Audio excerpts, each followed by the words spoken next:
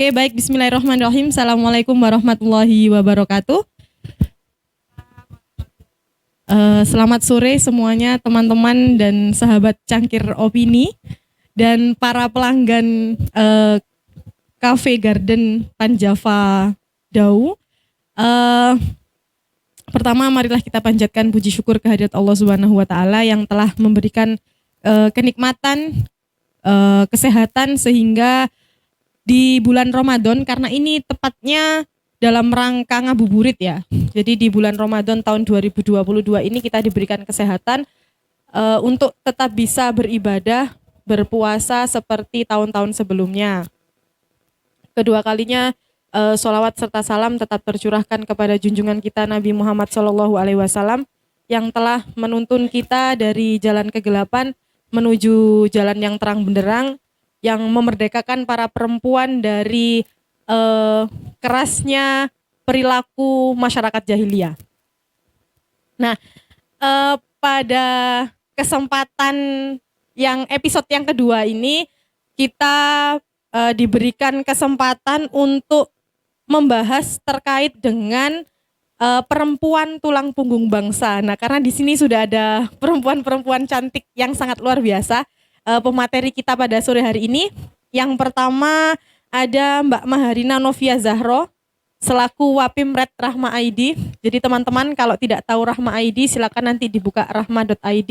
Nah, itu media yang sangat luar biasa yang sudah mulai naik rating hari ini gitu ya. Karena Wapimret kita luar biasa. Kemudian yang kedua ada Mbak Nandi Agustin SPSI MA. Beliau dosen psikologi UMM. Selamat sore Mbak Nandi dan Mbak Maharina. Nah, kita jumpa lagi nih Mbak Rin. Kita ngobrol-ngobrol ngabuburit terkait dengan perempuan sebagai tulang punggung bangsa. Agak berat sih Mbak temanya. Cuman kalau dibuat berat ya berat ya. Cuman kita ini aja, kita bahas yang ringan-ringan aja gitu kan. Nah, pada sore hari ini teman-teman, di episode kedua ini kita bahas terkait dengan yang katanya nih ya, perempuan itu sulit untuk dipahami gitu ya. Nah, kita sore hari ini membahas terkait dengan perempuan gitu. Sulit gak sih Mbak ngomongin perempuan? Oke, sulit sih katanya. Iya, kalau kita sih enggak sih ya Mbak ya. Kita biasa aja sebenarnya gitu kan. Nah, yang perlu kita ketahui teman-teman semuanya bahwa kondisi, kalau katanya teman-teman aktivis hari ini tuh kondisi bangsa lagi tidak baik-baik saja gitu ya. Nah, kondisi yang sebenarnya terjadi ini bulan Ramadan. Bulan Ramadan itu biasanya memang cenderung segala bahan baku itu naik. Kemudian bahan-bahan Lebaran yang mau dipersiapkan untuk Lebaran itu biasanya naik. Nah, saya juga nggak tahu kenapa ini kemudian bapak-bapak menteri kita ini lagi seneng-senengnya menaikkan harga BBM, kemudian melangkahkan minyak goreng, kemudian bahan-bahan yang lain juga ikut naik. PPN yang naik 11% dan seterusnya gitu ya. Ini dilema untuk aktivis-aktivis maupun mahasiswa-mahasiswa yang masih masih bergantung sama orang tua gitu ya. Nah, gini Mbak, ini karena isu bangsa yang sebenarnya kalau kita bahas tulang punggung perempuan sebagai tulang punggung bangsa itu banyak ya. Cuman kita lagi bahas isu yang hits aja gitu Mbak ya, terkait isu-isu terkini tentang minyak goreng, kelangkaan minyak goreng, kemudian kenaikan harga BBM, kemudian kenaikan PPN dan pajak. Nah, itu dari sudut pandang sosial itu gimana sih Mbak Rin? Mbak Rina ini kan juga salah satu aktivis perempuan juga ya, yang juga mendengarkan curhatan perempuan-perempuan di luar sana, sahabat-sahabat perempuan juga pasti sedikit banyak mengeluh. Nah, ini kalau menurut Mbak Rina dari sudut pandang sosial ini gimana sih Mbak kondisi bangsa yang seperti ini gitu? Saya berikan kesempatan dulu untuk Mbak Rina, monggo. Terima kasih ya Budir, Mbak Cici. Udah segmen kedua ya kita ketemu ya Mbak ya. Berjodoh kita. Nah, kalau menanggapi berbagai harga ya yang naik mulai dari minyak goreng, BBM dan lain-lain itu sebenarnya yang paling berdampak menurut saya ibu-ibu ya. Padahal di judul tuh tadi perempuan tulang punggung bangsa. Jadi emang yang paling soro-soro itu ya yang emak-emak gitu ya.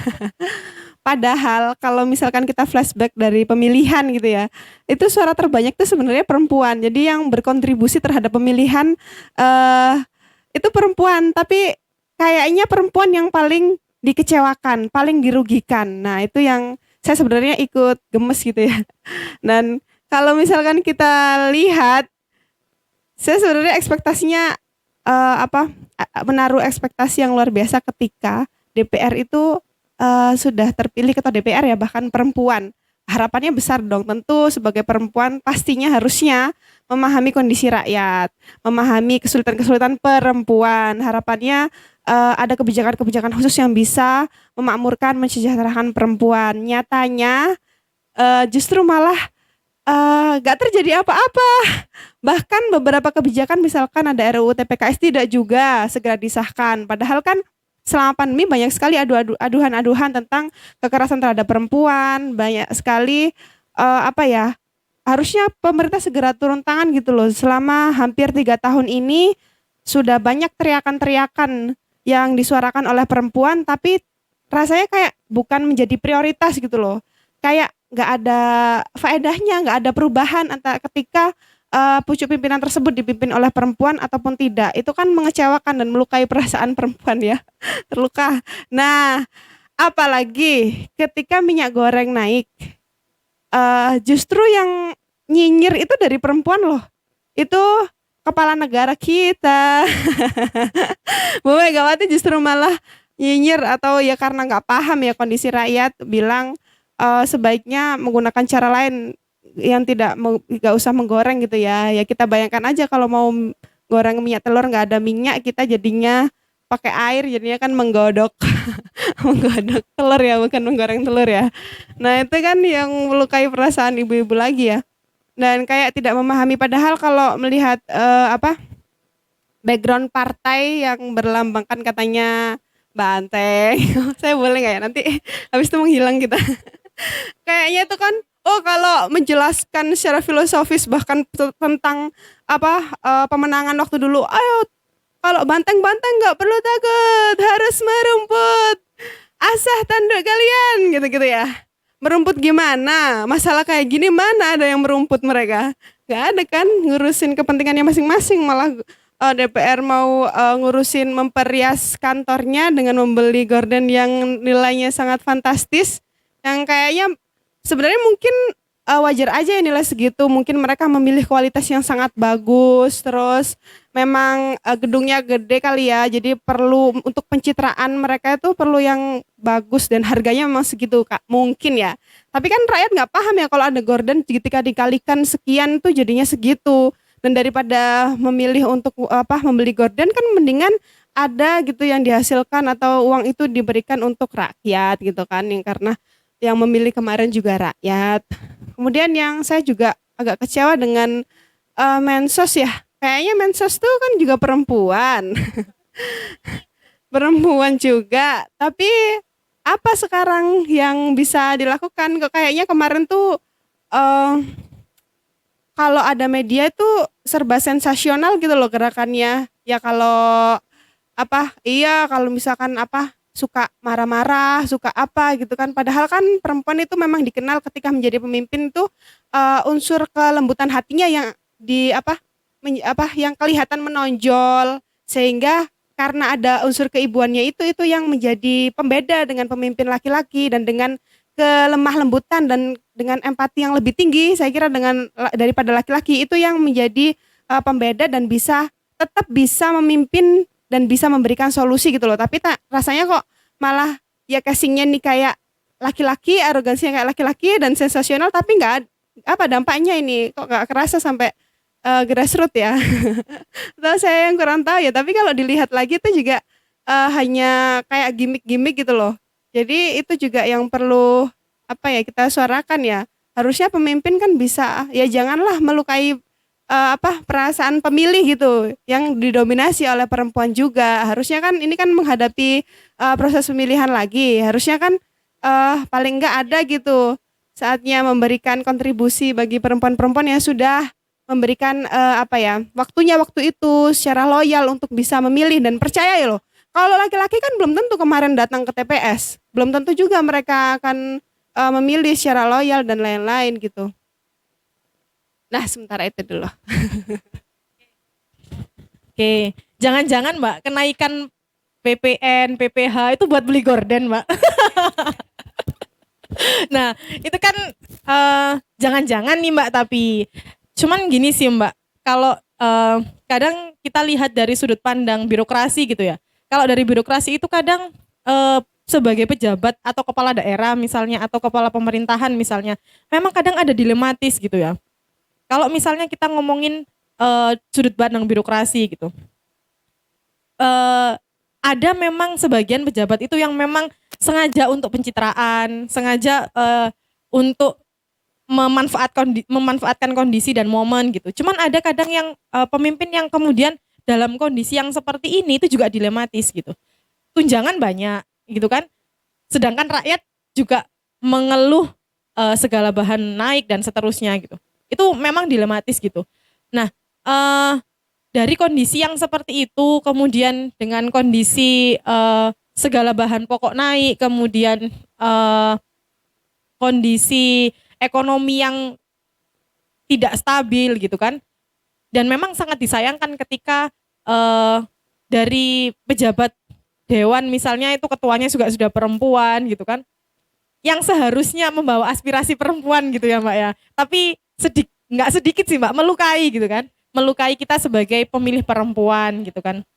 Padahal teman-teman aktivis perempuan sudah menyuarakan untuk keadilan 30% kursi dewan itu benar-benar adil gitu. Tapi citra perempuan yang dicitrakan, itu dicitrakan Mbak, saya rasa dicitrakan, bukan mencitrakan gitu ya. Tapi dia dicitrakan. Sehingga konsepsi masyarakat terhadap ketua dewan yang sepertinya ya agak lemes-lemes gimana gitu kan Besti. Jadi dia sehingga pencitraannya itu terkesan kurang tegas dan seterusnya. Itu juga berdampak pada perempuan-perempuan yang sudah berusaha semaksimal mungkin gitu. Nah, karena dampak yang ekonomi yang tidak stabil, kemudian segala macam kondisi di sekitar kita ini juga tidak stabil, perceraian itu juga meningkat Mbak Nin. Nggak tahu ya kalau sekarang di Malang itu berapa, ratingnya berapa gitu ya. Kalau dulu saya zaman kuliah itu Kabupaten Malang itu nomor 2 se-Jawa Timur gitu kan. Nah, dan sempat nih ada cerita teman saya itu yang waktu magang itu dia mendapatkan klien yang dia diceraikan suaminya setelah menikah 1 kali 24 jam. Jadi setelah 1 kali 24 jam itu sudah diceraikan gitu. Nah, ini kan secara psikologis ini pasti ada tidak ada gangguan gitu kan. Pasti ada kondisi psikologis yang tidak stabil dari perempuan. Belum lagi karena dampaknya memang di dapur ini Mbak. Segala sesuatunya ini berdampak ke dapur. Minyak mahal juga dapur, kemudian Pertamax, kemudian PPN dan seterusnya. Ini berdampaknya luar biasa. Nah, kalau dari sudut pandang psikologis kira-kira gimana nih Mbak Andin? Saya beri kesempatan, monggo. Baik, terima kasih atas waktunya. Kalau menurut pandangan saya gitu ya, sebenarnya ketika pertama kali diajukan ya dikasih tema perempuan sebagai tulang punggung bangsa. Wah, berat sekali ya temanya gitu ya. Ini unik ya, kenapa? Karena biasanya perempuan itu distigmakan sebagai sosok tulang rusuk yang perlu dilindungi, yang dia rapuh gitu, perlu disayangi, diayomi gitu. Nah, tapi ini temanya adalah perempuan sosok tulang punggung bangsa gitu ya. Berat banget gitu ya. Nah, relevan sekali dengan konteks kekinian gitu ya. Kalau misalnya dikaitkan dengan fenomena segala macam bahan pokok naik, minyak goreng naik, apalah naik, segala macamnya, yang terdampak pertama kali memang adalah perempuan gitu ya. Yang kalau perempuan dicitrakan sebagai tulang rusuk, ya udah dia hanya bisa ndelosor nangis di belakang, nangis, "Mas, tambahin dong uang belanjaan," gitu ya. Tapi enggak, di sini sosok perempuan harus muncul sebagai orang yang tangguh gitu ya. Dia harus bisa mensupport penuh di keluarga gitu ya. Kalau misalnya dia sudah berkeluarga gitu ya. Nah, ini nih tangguhnya perempuan ya, sampai gorengan pun bisa digodok gitu. Itu saking tangguhnya perempuan gitu ya. Ya, nah banyak ide gitu ya. Jadi yang mulanya ketika di dapur bisa kreasinya segitu aja, tapi karena kenaikan segala macam gitu ya, bahan pokok dan minyak goreng segala macam, dia bisa berkreasi lebih gitu. Ya. Dampak utama yang dirasakan jelas pasti stres ya.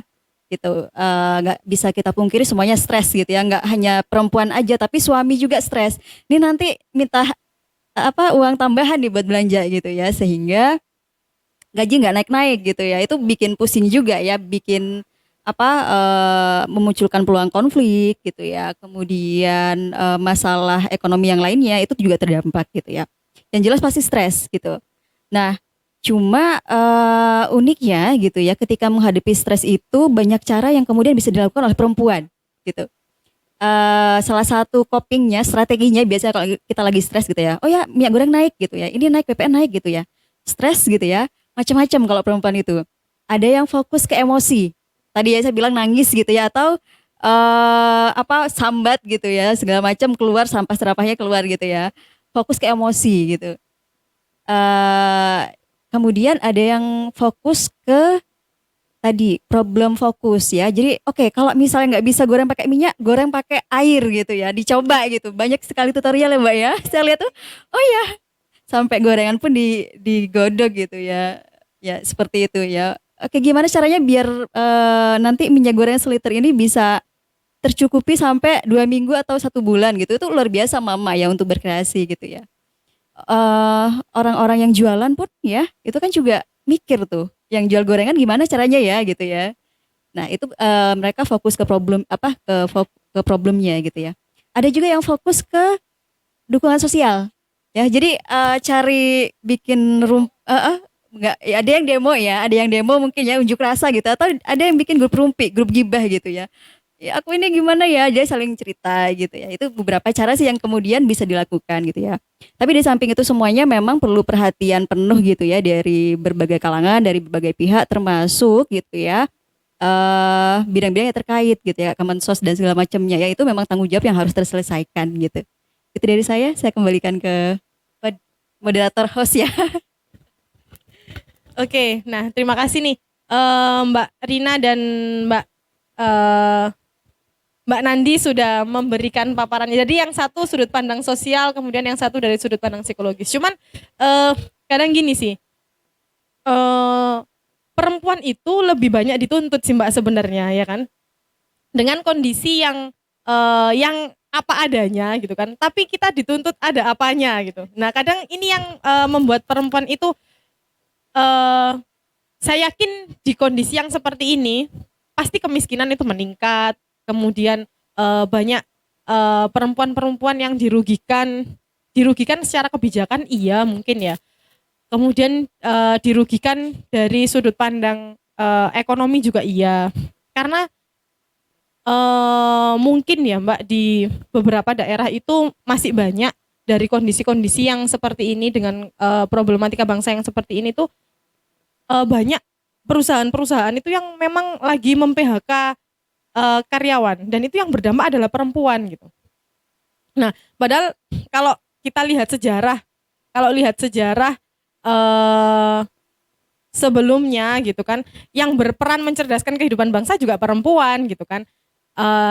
Sebelum adanya sekolah, istrinya Ahmad Dahlan juga sudah membuka kesempatan untuk perempuan seluas-luasnya untuk belajar, kemudian membatik, mengaji, membaca, berhitung dan seterusnya. Sebenarnya perempuan ini sudah banyak berperan begitu dalam membantu problematika bangsa, terutama dalam mencerdaskan kehidupan bangsa. Cuman ya sekali lagi, perempuan juga menjadi salah satu berdampak terhadap kebijakan-kebijakan yang dibuat oleh pejabat negara. Nah, sebelum kita lanjutkan, mungkin dari teman-teman audiens ada yang mau bertanya atau mau sharing, saya berikan kesempatan. Karena sudah berapa menit ini Mbak menjelang adzan? 20 menit lagi menjelang berbuka puasa. Barangkali teman-teman ada yang mau disampaikan, saya berikan kesempatan. Oh, oke. Sambil menunggu boleh ditambahkan Mbak Rina. Sambil mengingat-ingat kejengkelan ya. Iya iya iya. Sebenarnya kalau di Kemensos itu kan katanya ada program keluarga harapan ya. Nah, ya saya juga bertanya itu apa yang bisa diharapkan dari program itu kan, kok nggak segera ada apa ya, inovasi atau bukan hanya cuma satu sisi aja gitu loh yang dibangun, bukan cuma pemberian atau BLT aja. Ini kabar-kabarnya kan ada BLT ya. Ya bukan hanya itu aja. Sudah cair. Oh, udah masuk rekeningnya. Bukan menerima. Udah stikernya. Oh, udah, alhamdulillah. Nah, kayaknya mungkin bukan sekedar itu ya. Harusnya kan lebih luas lagi karena kan kita pertama udah nggak dikasih apa kebijakan yang bisa melindungi perempuan misalkan ketika mendapatkan kekerasan dan lain-lain itu. Sedangkan selama pandemi kan meningkat kasusnya. Ah ya udah endemi. Betul juga sih. Iya, tapi kasus tuh masih meningkat gitu loh. Nah, masih ada. Nah itu pokoknya dana cair ya. Kalau ada apa penyaluran dana masih ada terkait pandemi. Tapi statusnya udah nggak pandemi lagi ya, udah endemik ya. Oh iya. Nah harusnya itu ada program khusus jika misalkan mau ditangani secara serius tuh mungkin apa ya biar keluarganya tetap harmonis tuh gimana. Paling nggak itu mereka biar nggak nyalahin. Ini kebanyakan ya kasus perempuan itu selama kami membuka, saya juga bersama ada sebuah organisasi ya ya PWNA Jatim itu kan membuka kesempatan untuk apa mengadukan misalkan mereka memang ada terjadi kekerasan di keluarganya. Nah dari kebanyakan cerita itu memang karena ada yang satu yang suaminya yang punya penghasilan, yang perempuan enggak. Nah kebanyakan yang terjadi kan gitu kan sehingga kayak seolah-olah yang punya kuasa itu laki-laki karena kan perempuan dilemahkan karena dia tidak bisa berdikari misalkan gitu. Makanya perempuan-perempuan tuh harusnya paling nggak kalau nggak bekerja itu punya skill khusus itu yang dilatih. Jadi ketika mereka ada kasus, ada apa-apa, mereka bisa berdikari karena skill yang dimiliki. Nah, apakah itu udah diurus gitu sama program-program yang termasuk tadi PKH dan lain-lain itu? Kayaknya kan bukan hanya sekedar bantuan ya. Harusnya kan lebih ke apa pemberdayaan gitu ya biar lebih berkelanjutan. Kamu ngomong, kamu menambahkan? Oh enggak, belum. Terus ini cek cek. Nah, hilang.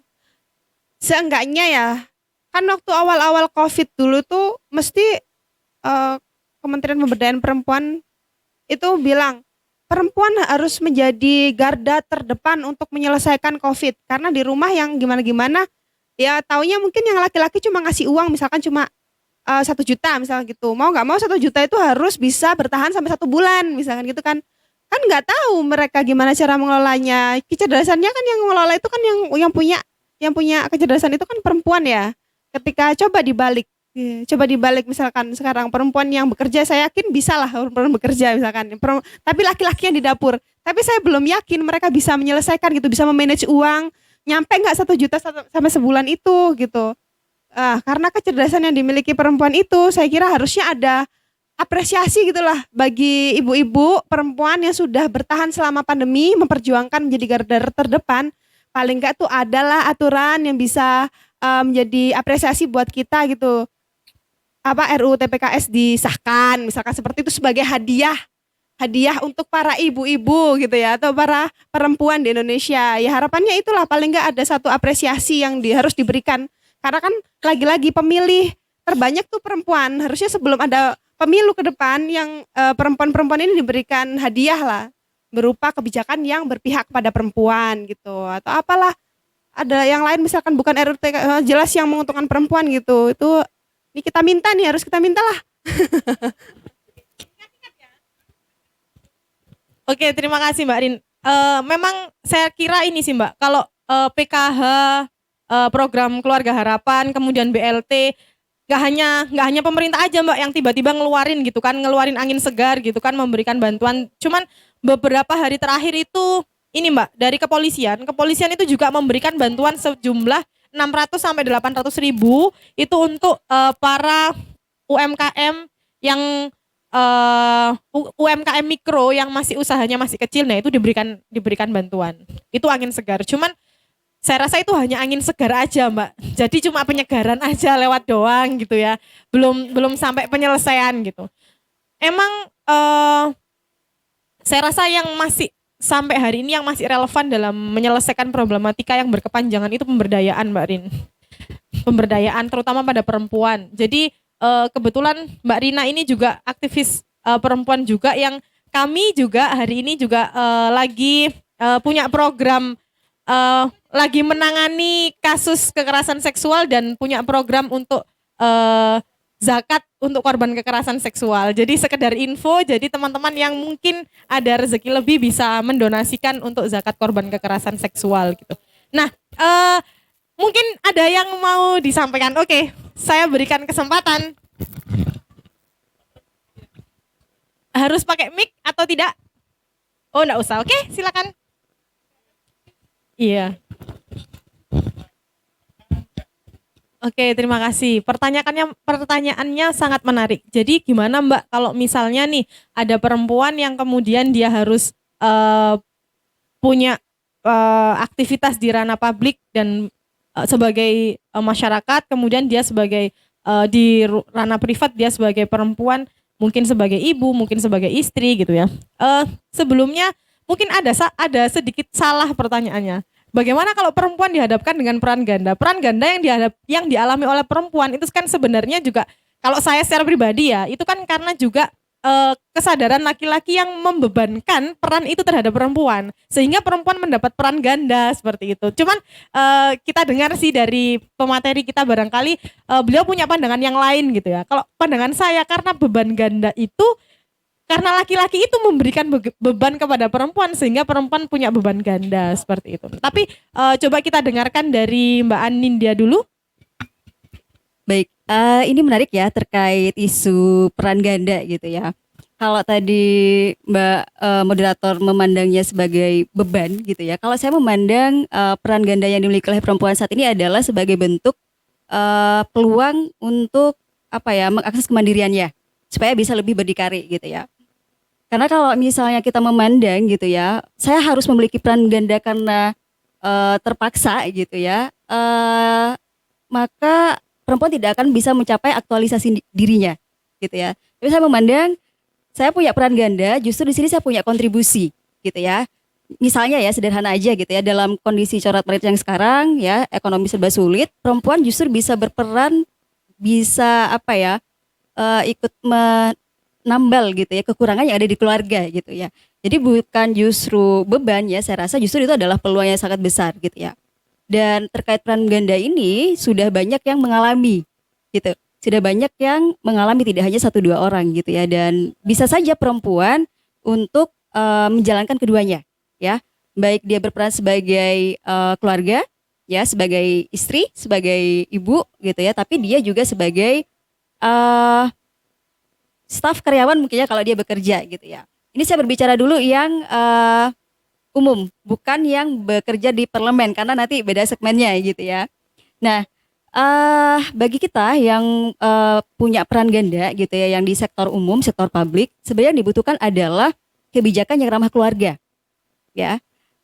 Di tren psikologi industri sekarang mulai terkenal, mulai diperhatikan isu terkait work life balance, keseimbangan antara dunia kerja dan keluarga gitu ya. Jadi perempuan ya, dia bisa menjalankan kedua peran itu dengan optimal gitu ya.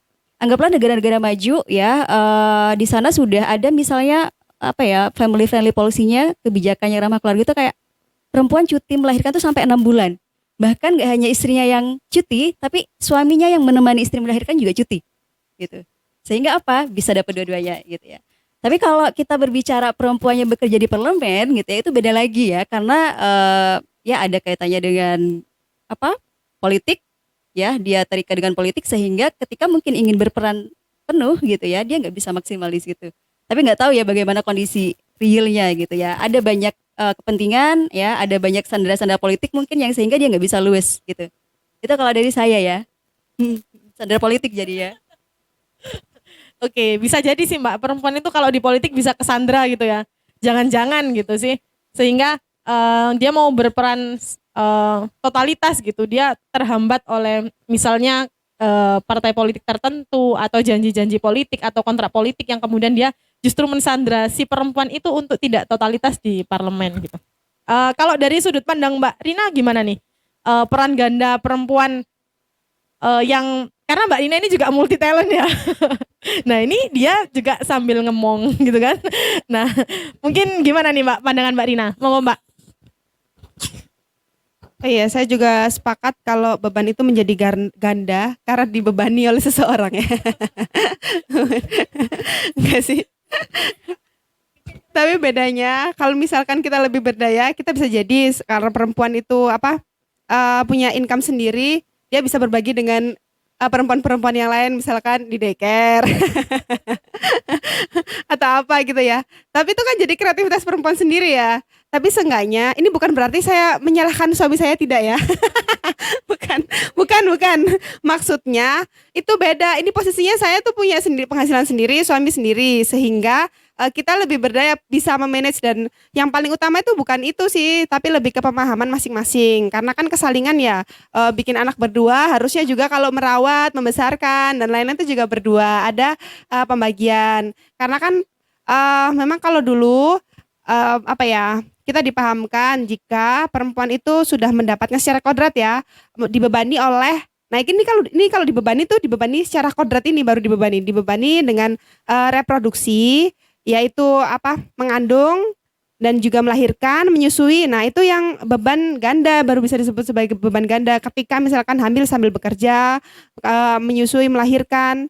Melahirkan nggak bisa bekerja ya.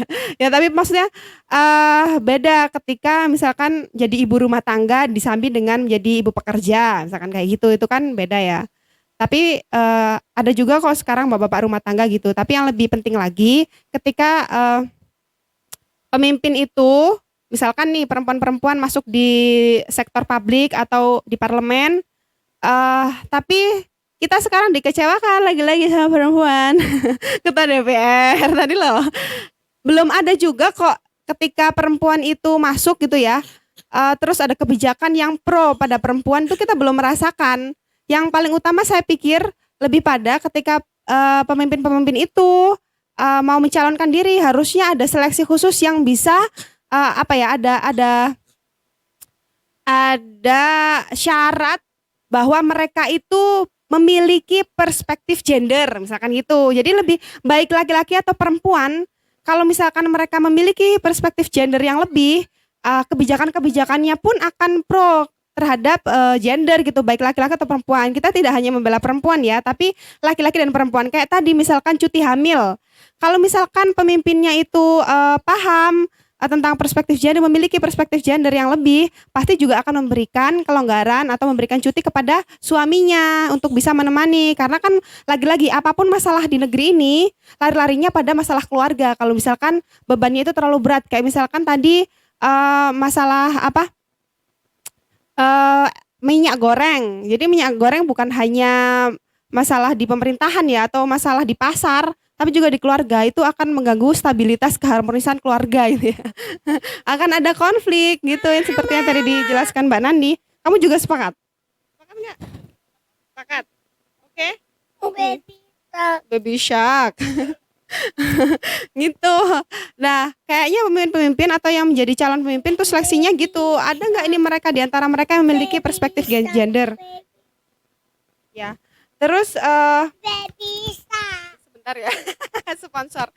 Terus gini.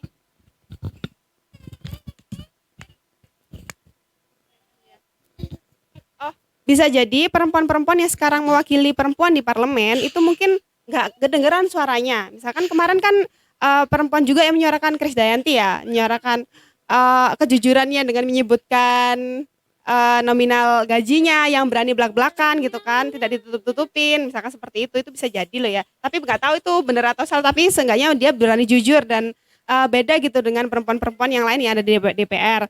Kemudian ketika ada Gordon, Krisdayanti juga mampu menyuarakan kan bahwa sebaiknya di masa-masa krisis seperti ini tidak membeli hal-hal yang tidak berguna, misalkan gitu, berguna bagi masyarakat ya. Kalau bagi DPR sih kayaknya itu berguna.